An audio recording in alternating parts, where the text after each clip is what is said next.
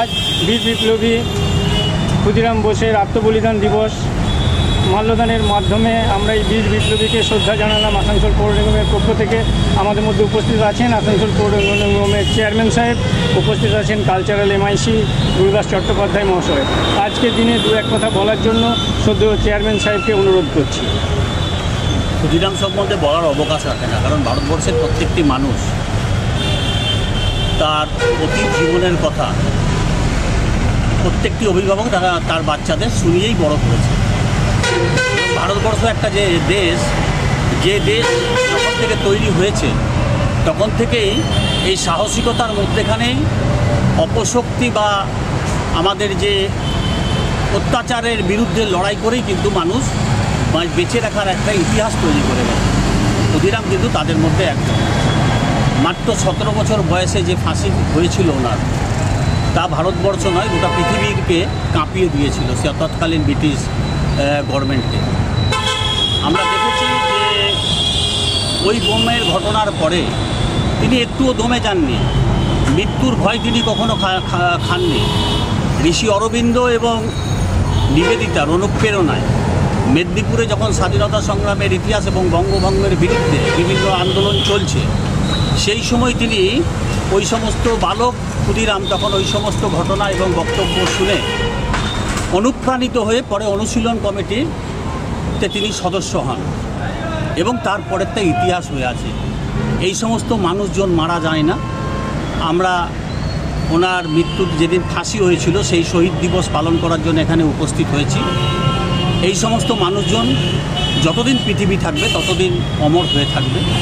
যতদিন পৃথিবী থাকবে আমরা প্রত্যেকেই তার সাহসিকতা নিয়ে আলোচনা করব। যতদিন পৃথিবী থাকবে আমরা গর্বের সঙ্গে ক্ষুদিরামের নাম নেব। আসানসোল পৌর নিগম বারবার গুরুদাস চ্যাটার্জি এবং আমাদের কল্লোল বা বড়বাবু আমাদের রয়েছেন, তাদের নেতৃত্বে প্রত্যেকটি এই সমস্ত যারা সমাজের বিভিন্ন স্তরে বিভিন্ন রকমভাবে সমাজকে এগিয়ে নিয়ে যাওয়ার প্রয়াস করেছে বা সমাজকে প্রতিষ্ঠিত করেছে, সমাজকে সমৃদ্ধ করেছে, তাদের জন্মদিন এবং শহীদ দিন এবং মৃত্যুদিন পালনের মধ্যেখান দিয়ে সর্বদা চেষ্টা থাকে, তাদেরও দ্বারা আমরা বিশেষভাবে ধন্যবাদ জানাই। আসানসোল পৌর নিগম আজ মাল্যদানের মাধ্যমে এই বীর বিপ্লবীকে শ্রদ্ধা জানাচ্ছেন আসানসোল পৌর নিগমের চেয়ারম্যান শ্রদ্ধেয় অমরনাথ চট্টোপাধ্যায় মহাশয়।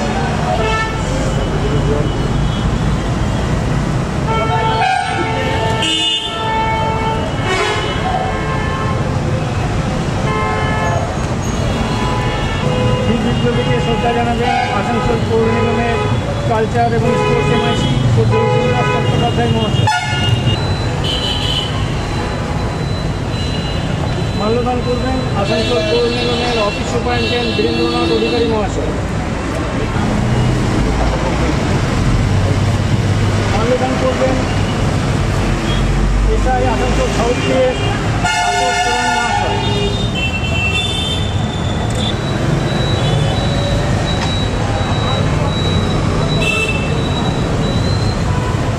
মাল্যদান করবেন বিশিষ্ট সমাজসেবী ভানু ঘোষ মহাশয়।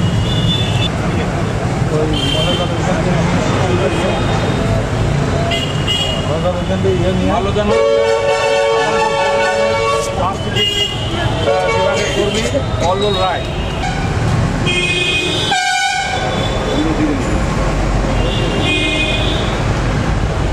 ধন্যবাদ করবেন আমাদের তাপসবাবু।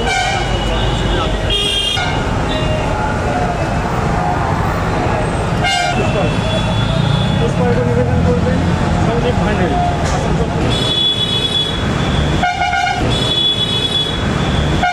এমআইসি শ্রদ্ধেয় গুরুদাস চট্টোপাধ্যায় মহাশয়কে আজকের দিনের তাৎপর্য নিয়ে দু এক কথা বলার জন্য অনুরোধ করছি।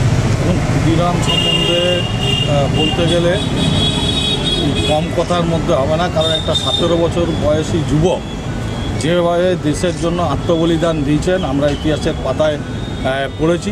যে এই কম বয়সে তিনি যে দেশকে স্বাধীন করার জন্য উদ্বুদ্ধ হয়ে ব্রিটিশদের প্রতিহত করার জন্য ব্রিটিশদের আক্রমণ করেছিলেন এবং সে সময় তার ফাঁসি হয়, সে ফাঁসি তিনি হাসি মুখে নিয়েছিলেন। এ বিরল দৃষ্টান্ত যে 17 বছরের একটা ভালো দেশ স্বাধীন করার জন্য তিনি আত্মবলিদান দিয়েছিলেন। তাই আজকের দিনে আমাদের প্রিয় চেয়ারম্যান, আমি এবং আমাদের অফিস স্টাফ সবাই মিলে ওনাকে শ্রদ্ধা জানাতে পেরে নিজেদের গর্ব মনে করছি, গর্বিত বোধ মনে করছি। তাই উনি চিরে অমর থাকুন, ভালো থাকুন এই কামনা করি। ধন্যবাদ। শহীদ ক্ষুদিরাম অমর রহে, শহীদ ক্ষুদিরামের চিন্তাধারা দিগন্তে ছড়িয়ে দাও। শহীদ ক্ষুদিরাম তোমায় আমরা ভুলিনি, ভুলবো না, ভুলবো না। চিন্তাধারা দিগন্তে ছড়িয়ে দাও। শহীদ ক্ষুদিরামের চিন্তাধারা দিগন্তে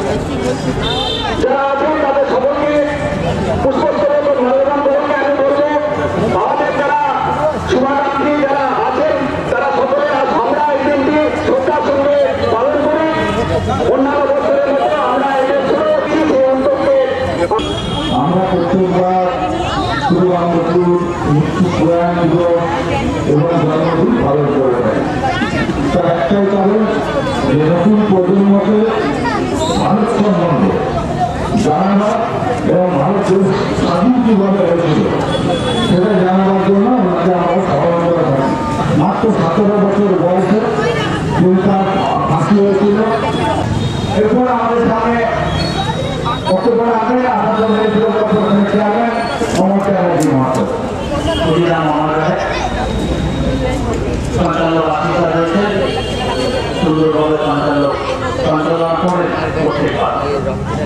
মঞ্চে রয়েছেন আমাদের সাংস্কৃতিক বিভাগে মেম্বার কাউন্সিল এবং খুব ভারতবর্ষ প্রত্যেক মনীষীদের জন্ম, মৃত্যু এবং শহীদ মিলিয়ে মাল্যদানের মধ্যে আমি আসানসোল পৌর নিগম মানুষের সঙ্গে জড়িয়ে রাখার প্রয়াস করে। রয়েছেন বিশিষ্ট শিল্পী গান্ধী বাবাজি বলছিলেন সারা ভারতবর্ষ বিখ্যাত। আমি বাংলা বলি, যদি আসানসোলে জন্ম না হয়, আপনার যদি কলকাতায় জন্ম হতো বা বম্বেতে জন্ম হতো, আপনি অনেক বেশি স্বীকৃতি পেতেন। রয়েছেন আমাদের বিশিষ্ট সমাজসেবী, মানুষের সঙ্গে থাকে আপনাদের সভাপতি গৌতম রায়, এবং আপনারা রয়েছেন। যেদিন মূর্তিটি প্রতিষ্ঠিত হয়েছিল সেদিন আপনাদের বয়স অনেক কম ছিল, কিন্তু সেদিন আপনাদের বাড়ি বাড়ি আলোচনা হয়েছিল এই মূর্তিটি কেন বসছে। এই ক্ষুদিরামের আত্মবলিদান কি আপনাদের মা বাবা প্রত্যেকেই কিন্তু আপনাদের অবগত করেছেন এবং আমরা পরবর্তীকালে ইতিহাসের মধ্যে যাবে, আপনারা পরবর্তীকালে ইতিহাসের মধ্যে যাবে আপনারা দেখেছেন। এবং ইতিহাস যতদিন থাকবে, পৃথিবী যতদিন থাকবে, ভারতবর্ষ যতদিন থাকবে, তেজস্বী জীবন